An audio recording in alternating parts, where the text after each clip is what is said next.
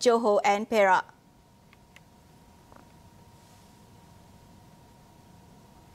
The prosecution's case in Datuk Seri Ahmad Zahid Hamid's criminal breach of trust, corruption and money laundering trial came to a close today. A total of 99 witnesses testified in court in the trial that lasted 53 days. Upon closing the case, the prosecution also offered 37 witnesses to the defence. The court fixed June 28 to 30 and July 1st and 2nd for oral submissions before deciding whether Ahmad Zahid would be acquitted of the charges or ordered to defend himself. The UMNO president is facing 47 charges involving millions of ringgit in funds belonging to Yayasan Akal Budi. Last night on Consider This, we have interviewed National Organising Secretary Anthony Loke about not just the party, but also the current political landscape. In the interview, he mentioned that DAP is open to working with other parties in reaching a consensus for the good of the people. He made this comment after he was asked about the possibility of DAP cooperating with UMNO. Anthony added that in order for this cooperation to happen, there is a need for political courage on both sides of the party.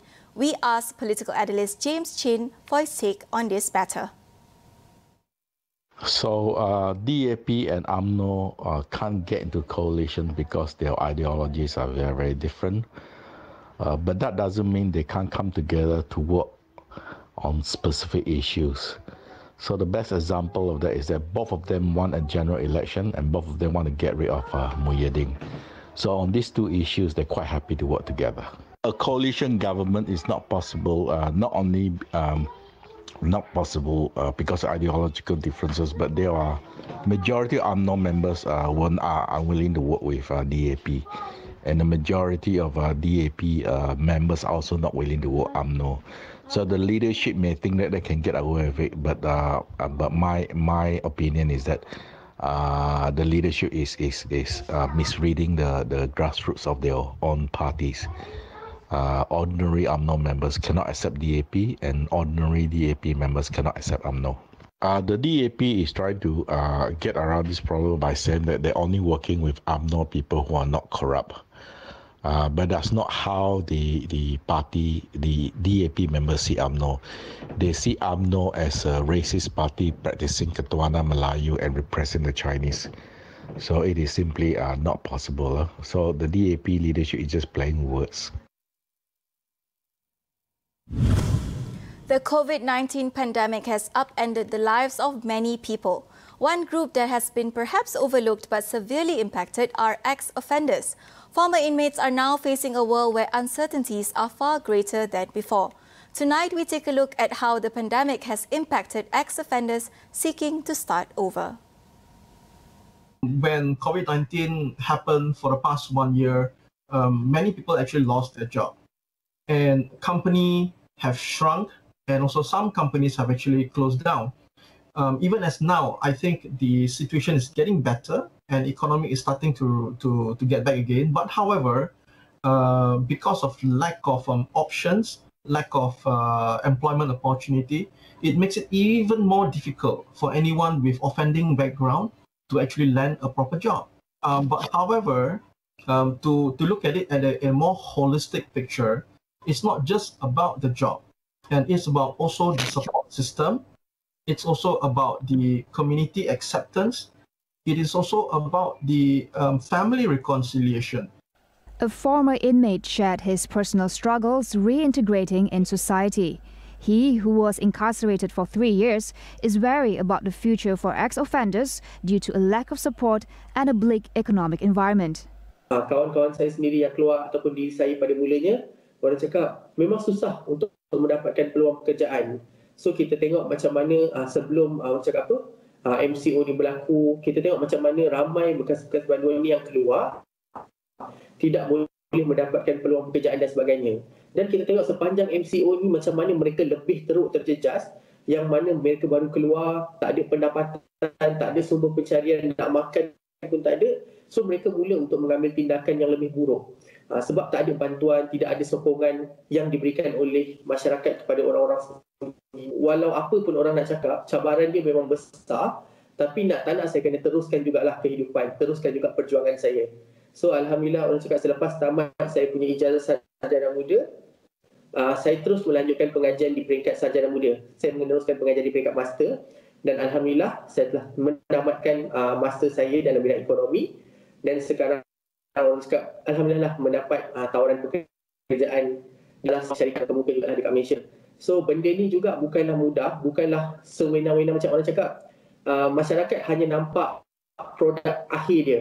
Masyarakat tak nampak bagaimana proses yang saya lalui daripada bermulanya perkara ini berlaku dan bagaimana proses 8 tahun bermula daripada mula saya dijatuhkan hukum sehingga sekarang untuk saya mengubah kehidupan. How do we better reintegrate former inmates into the society?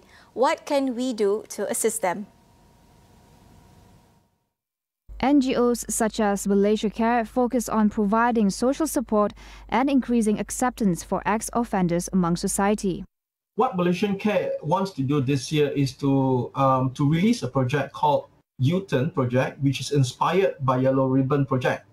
And what we want to do is to promote second chances for ex-offenders when they are released from prisons. We focus upon 3 core values. Number 1 is to provide equal opportunity for ex-offenders. Second, to support family reconciliation. And third is to inspire community or society acceptance of the ex-offenders. Because without these 3 core values, the reconciliation or the reintegration will not be complete. As for this former inmate, his message is the society can help by not judging ex-offenders for their past mistakes. Berhenti menghukum, berhenti menjadi orang cakap hakim di luar ni, orang cakap, sebab cukuplah hukuman yang dikenakan berdasarkan orang cakap keputusan hakim di mahkamah. Apabila mereka selesai menjalani hukuman di penjara ataupun di pusat-pusat tahanan dan sebagainya, saya rasa cukuplah sekadar itu. Sebab kita masyarakat tidak perlu lagi menjadi hakim kedua, tidak perlu lagi menghukum mereka sebab tindakan menghukum ini sebenarnya adalah tindakan yang membunuh jiwa dan orang cakap harapan orang-orang seperti kami. We'll take a short break. Stay with us.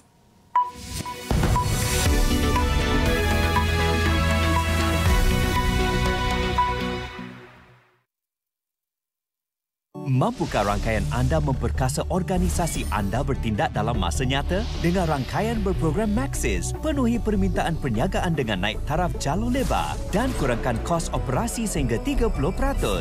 Seimbangkan kos dan prestasi dengan kawalan dan pengawasan hebat. Alami rangkaian termaju sekarang agar organisasi anda terus menerajui.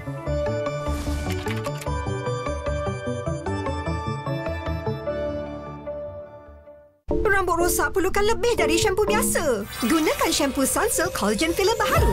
Gel Luxina bercollagen, menyihatkan dan mengekalkan kelembapan rambut, memulihkan rambut rosak, menjadikan rambut lembut bersinar. Shampoo dan perapi Sunsilk Collagen. Cubalah. Di wilayah Selcom, kami bersedia untuk yang akan datang. Macam Suraya, siap untuk mesyuarat tapi selesa lain macam. Dan Cikgu Kumar, mengajar dari rumahnya ke serata rumah lain. Atau Hafiz, baru kerja tapi semua pesanan sampai. 5 bintang untuk anda. Dan juga anda. Dengan rangkaian terkini, bersedialah untuk norma seterusnya di wilayah Selcom. Di mana jua.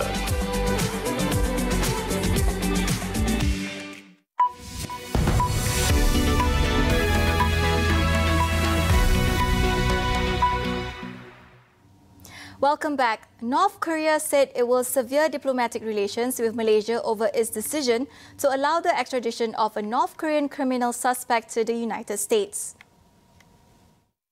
In a statement carried by the official Korean Central News Agency, North Korea's foreign ministry said the US imposed money laundering charges against the North Korean national living in Malaysia is a conspiracy created by the US. Malaysia, it said, committed an unpardonable crime against North Korea in subservience to pressure from the US. It also warned that the United States will pay a due price. Meanwhile, the Malaysian government has ordered all diplomatic staff of the North Korean embassy in Kuala Lumpur and their dependents to leave Malaysia within 48 hours.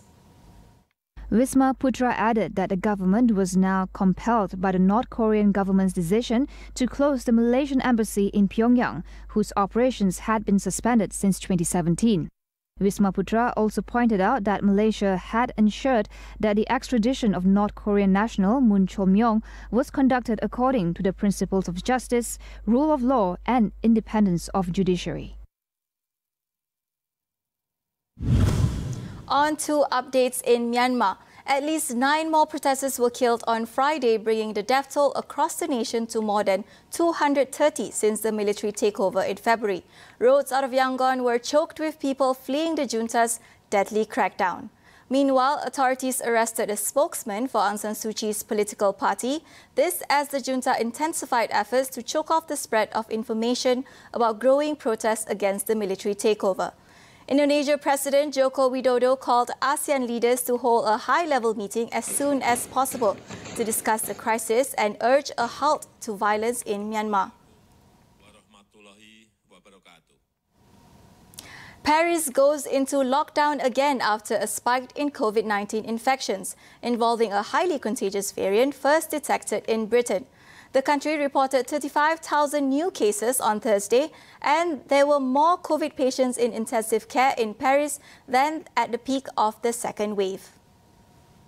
The month-long lockdown in the capital city and parts of the north will kick in from Friday at midnight.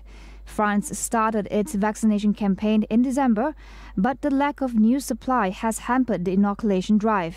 The country paused the rollout of the AstraZeneca vaccine following reports of blood clots among recipients. But French Prime Minister Jean Castex said inoculations with the vaccine will continue after the European Medicines Agency had confirmed it was safe.